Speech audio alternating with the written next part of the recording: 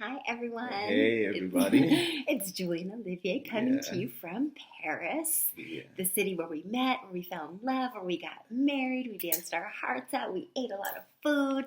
And so we've been here 1997. 1997. It's now 2020.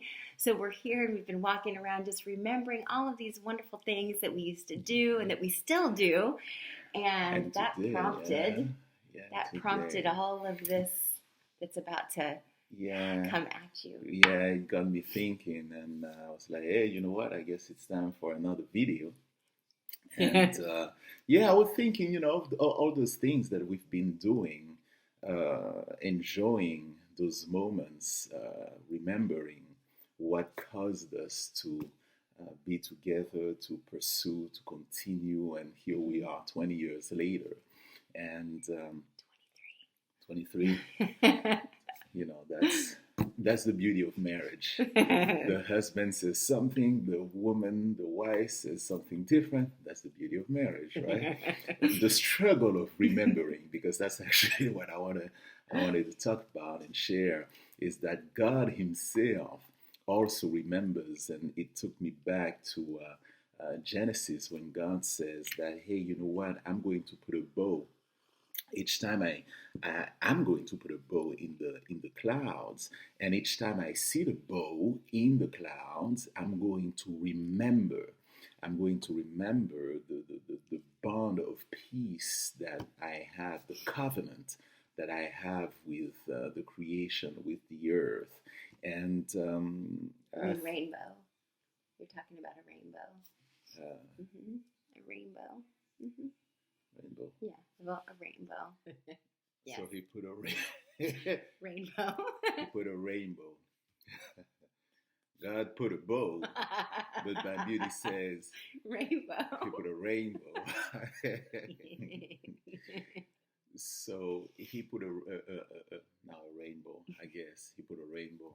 That's when the husband agrees with his wife. He put a rainbow. And for the purpose of remembering. And because remembering, the purpose of it is to maintain, to ensure sustainability.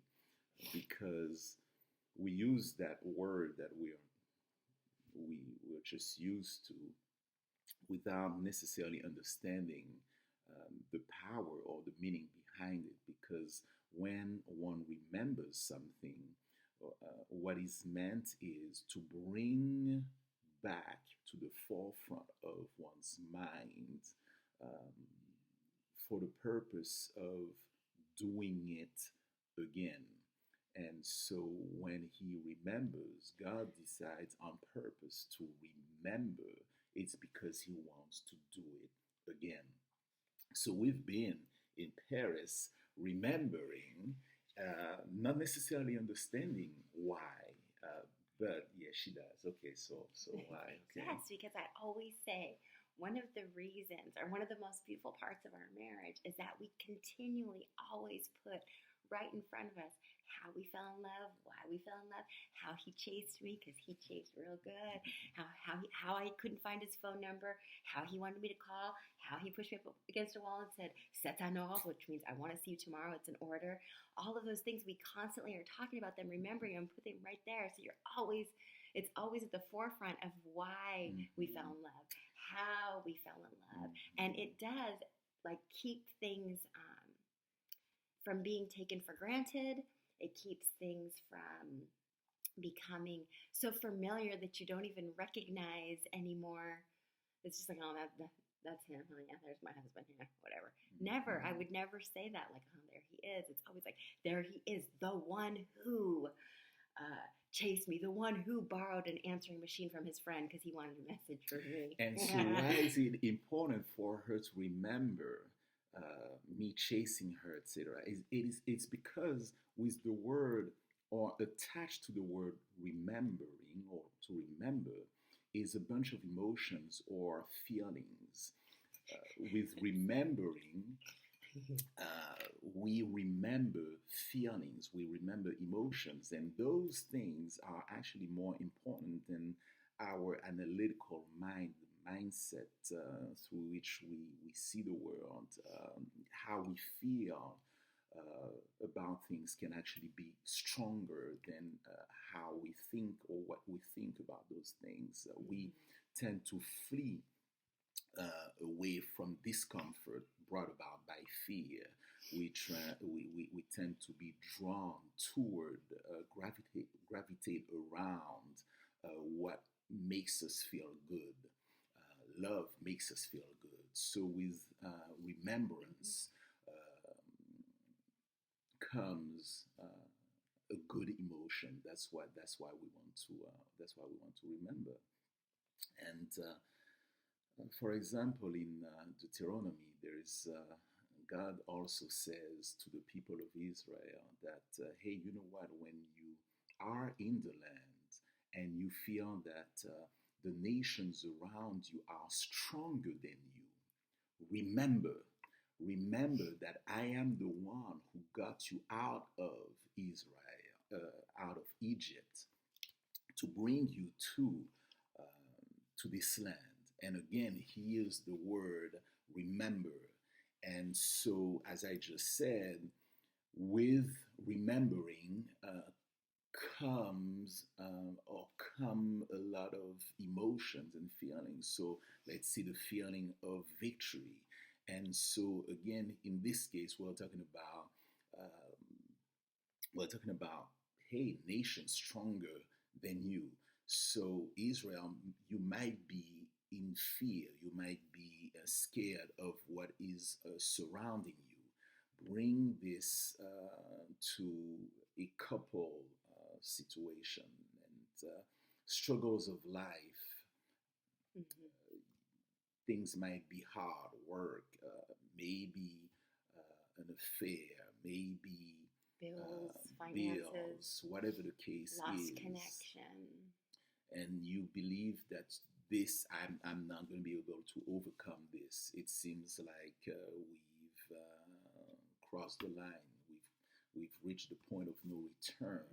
But when you feel that the situations around you are stronger than you, remember those times when you started. Remember how great she was. Remember how great he was. Remember, what made you feel head over heels, and the sky could fall, things could, come down around you, and you would not even care. You wouldn't care at all because you felt good, and that's what you want to remember. That's what you want to focus on when life hits hard. And that's that. So when you are surrounded by nations, by situations, by circumstances that seemingly are stronger than you, remember that I am the one who got you out. So remember that love got you out of your rut. Love made you not be yourself anymore. You could be a jerk. You no longer were a jerk. You were able to overcome whatever negativity, whatever weakness in you. You were able to overcome whatever quirk, bad habits that you had for the sake of her. So you were able to have victories in the past because of your spouse, because you loved her. So remember that. And again, with remembrance come emotions and feelings are stronger than what your mind at the moment may say. Oh, you know what? I don't think we're going to get past this. You know what? I think that we're done. That's just thinking. But emotions are stronger. The emotions of the beginning, that's stronger. Can I add? Yeah. So I think it's good to do together, though. I mean, you can do it separately, but it's really powerful if you do it together so that you're remembering things together. That's already that you're together. It's better. But so that you don't say, hey, you used to open the door for me. I remember you used to open the door for me, and you don't open the door for me anymore. Instead of that, it's like, remember the door opening? And then you kind of could actually walk to a door and open it rather than pointing the finger of, you used to do this and you used to do that. Because sometimes I know I'm guilty of that. Like, you used to do this, you used to do that, you used to whatever. There's one thing I'll say: you used to take me dancing all the time. I had to slip that in. But it's better, I think, if we remember as a couple, if you just take the time to actually remember as a couple in front of you, because then you both have the positive emotions, and it trickles into the next thing that you might do and the next thing, and even that act of remembering might become something that you remember. Okay, I'll stop talking. I'll let you continue. I'll let you continue. Part of the audience listening to your voice. Oh my God. And especially that laugh.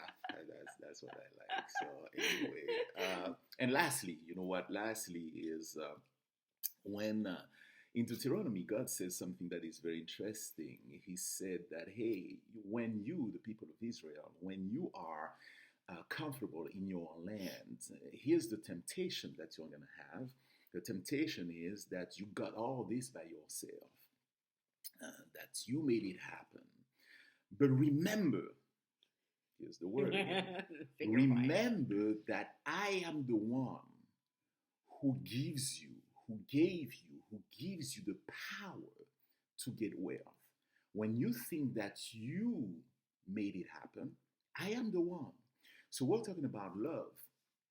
God is love.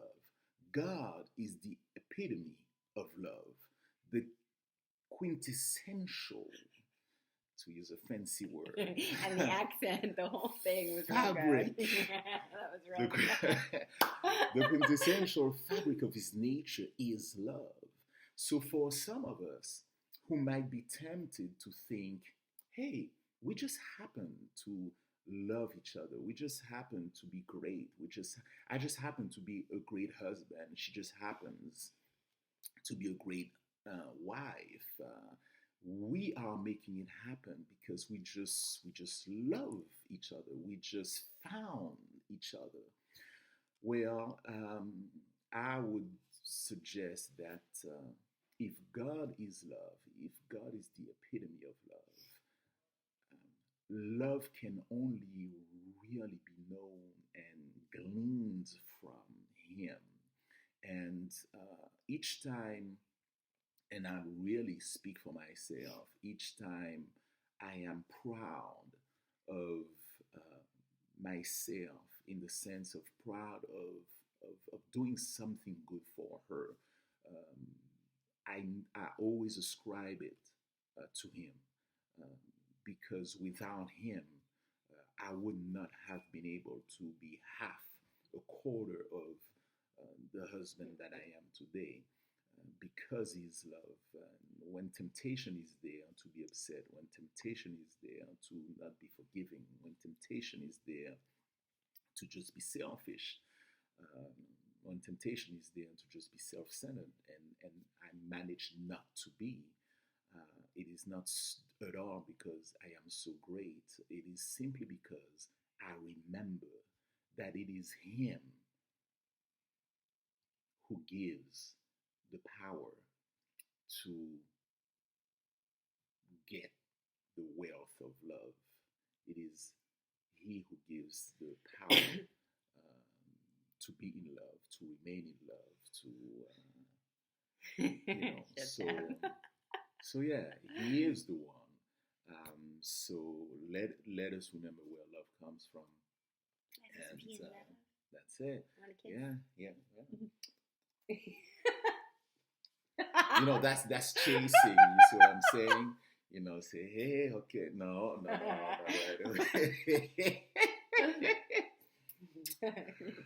Okay, peace out from Paris. Okay, bye bye.